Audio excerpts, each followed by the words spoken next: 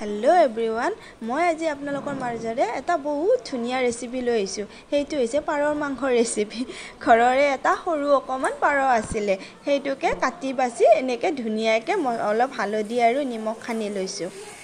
আৰু তাৰ মাজতে সৰু সৰুকে অমিতা আলু আৰু পিয়াজ অলপ কাটি লৈছো আৰু অকমান ইয়াতে মছলাও পিছি লম বেছি মছলা বুলি কিনে বেলেগ নহয় অকল মছলা এটো আপোনাৰ জিৰা জালুক আদা নসুৰ আৰু আপোনাৰ কেইফুটমান জলকীয়া এনেকে পেষ্ট কৰি লৈছো আৰু তাৰ বাহিৰে আমি বেলেগ মছলা পাৰৰ মাংসত ব্যৱহাৰ নকৰো আৰু এতিয়া কেৰাহীটো বহাই দিম কেৰাহীটো গেছত বহাই দিছো তাত অকমান তেল দিছো বেছি তেল নিদিও অকমান তেল দিছো আৰু কেইফুটমান পাঁচফোৰণ দিছো বেছি পাঁচফোৰণ নহয় কেইফুটমান পাঁচফোৰণ দিছো আৰু লগতে দুইখিলা তেজপাতো দি দিছো আৰু এইখিনি গোটেইখিনি দি আমি ইয়াতে পিয়াজ খিনি তেলত দি লম পিয়াজখিনি আমি ৰঙচুৱা হোৱালে ভাজি পিয়াজখিনি আটাইখিনি পিয়াজ দি পাৰৰ মাংস হসাকে বহুত ঔষধি গুণ হয় পাৰৰ মাংসত সেইটো কাৰণে বেছি মছলা আমি ইয়াত ব্যৱহাৰ একেবাৰে নকৰো অকল জিৰা জালুকেৰে বনাম আৰু এনেকৈ এইখিনি ভালদৰে ৰঙচুৱা হোৱালে পিয়াজখিনি লৰাই থাকিম ধুনীয়াকৈ পাৰৰ মাংস সবে জানে পাৰৰ মাংস আৰু এতিয়া এই পাৰৰ মাংসখিনিত অলপ জিৰা জালুক খানি লম এইখিনি ভালদৰে খানি লম খানি পাৰৰ মাংসখিনি আমি ধুনীয়াকে যেটো পিয়াজখিনি ৰঙচুৱা হৈ আহিছে আমাৰ সেই ৰঙচুৱা হৈ আহি থকা পিয়াজখিনি এই পাৰৰ মাংসখিনি ভালদৰে জিৰা জালুক অলপমান খানি লৈছো লৈ কিনে এতিয়া তাত আমি দি দিম আগতে অকমান তেলতে মাংসখিনি দিয়াৰ আগতে অকমান জিৰা নহৰু ইয়াতেও দি দিছো এই পেষ্টখিনি দি কিনে অকমান ভালদৰে লৰাই এতিয়া মাংসখিনি দি দিম এতিয়া মাংসখিনি দি দিছো মাংসখিনি অকমান টাইম ভাজিম ধুনীয়াকে ভাজি লম মাংসখিনি আটাই মিক্স কৰি লৈছো যেহেতু আগতে ধুনীয়াকে ভাজিম পাৰৰ মাংস যদি কাৰোবাৰ লো প্ৰেছাৰ আছে তেতিয়াহলে পাৰৰ মাংস খাক আপোনালোকে ভাল কিন্তু হাই প্ৰেছাৰত পাৰৰ মাংস কেতিয়াও নাখাব এইটো একদম একেবাৰে বিপদজনক হ'ব পাৰে বহুত ধুনীয়াকে মিক্স কৰি লৈছো এয়া ভাজিয়ে লৈছো ধুনীয়াকে এতিয়া অকমান হালধি দিম হালধিটো অলপ কম হৈছিলে হালধি দিম আৰু অকমান নিমখ দিব লাগিব খানি লওঁতে বেছি নিমখ যেহেতু দিয়া নাছিলে সেইটো কাৰণে অলপমান নিমখ দি দিছো আৰু দি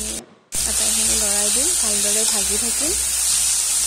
অলপ টাইম ভাজিব লাগে সেইটো কাৰণে ভাজি থাকিম ভালদৰে পাৰৰ মাংসৰ কথাটো ক'বই নালাগে যোনে যোনে পাৰৰ মাংস খাই জানেই এতিয়া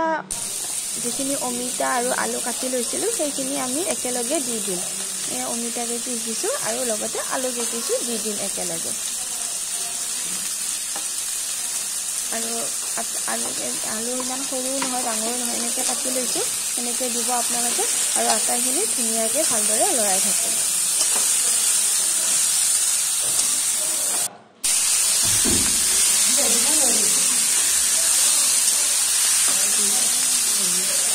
কালাৰটো এনে বহুত ধুনীয়া আহে কিন্তু মোবাইলৰ পোহৰত কালাৰটো ইমান এটা ভাল অহা নাই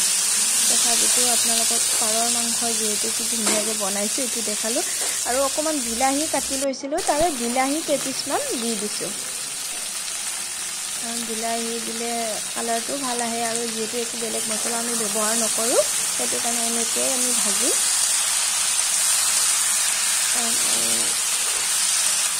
বহুত ঔষধি গুণ হয় পাৰৰ মাংসটো আমাৰ অসমীয়া মানুহক পাৰৰ মাংস বুলি ক'লে আৰু কি লাগে ন পাৰৰ মাংসৰ দৰে সোৱাদ হ'ব নোৱাৰে এনেকৈ ভাজি ভাজি আপোনালোকৰ লগতো কথা পাতি আছো ধুনীয়াকৈ ভাজি আছো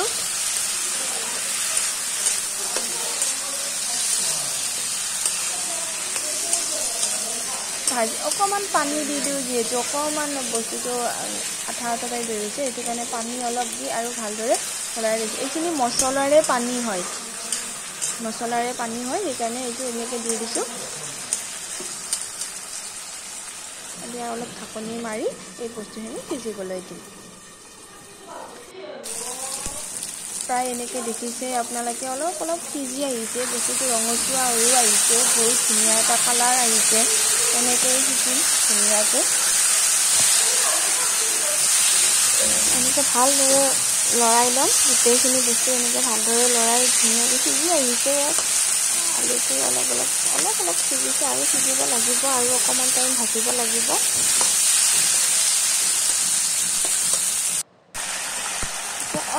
অলপ পানী দি মানে অলপ সিজাই লৈছোঁ। তেতিয়াহে সিজিব, অমিতা আৰু নহ'লে আলুটো নিসিজিব, এইটো কাৰণে সিজাই লৈছোঁ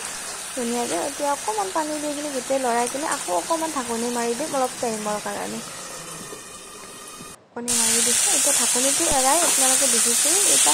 পূৰা ধুনীয়া গ্ৰেভি টাইপ হৈ আহিছে আৰু ধুনীয়া হৈছে। কাৰণ কিন্তু আমি গ্ৰেভি নকৰোঁ, পাৰ মাংস সদায় জোল খাব লাগে। সেইটো কাৰণে আমি ভাজি ভাজা এনেকৈ পানী দি অলপ ভাজি একেবাৰে লাষ্টত পানী দি দিম। আৰু এতিয়া এনেকৈ পানী দি ভাজি এতিয়া অলপ পানী দি দিছোঁ।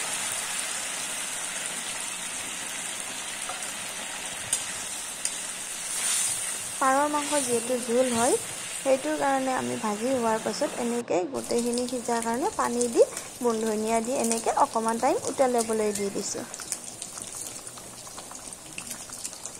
আমাৰ প্ৰায় হৈয়ে গৈছে, ৰেডি হৈয়ে গৈছে পাৰৰ মাংসটো ধুনীয়াকৈ। এতিয়া মই অলপ আপোনালোকক টেষ্ট কৰি দেখুৱাওঁ কেনেকুৱা হৈছে। পাৰৰ মাংস সৰু মাংস অলপ টেষ্ট কৰি দেখাইছোঁ। একেবাৰে মজা আৰু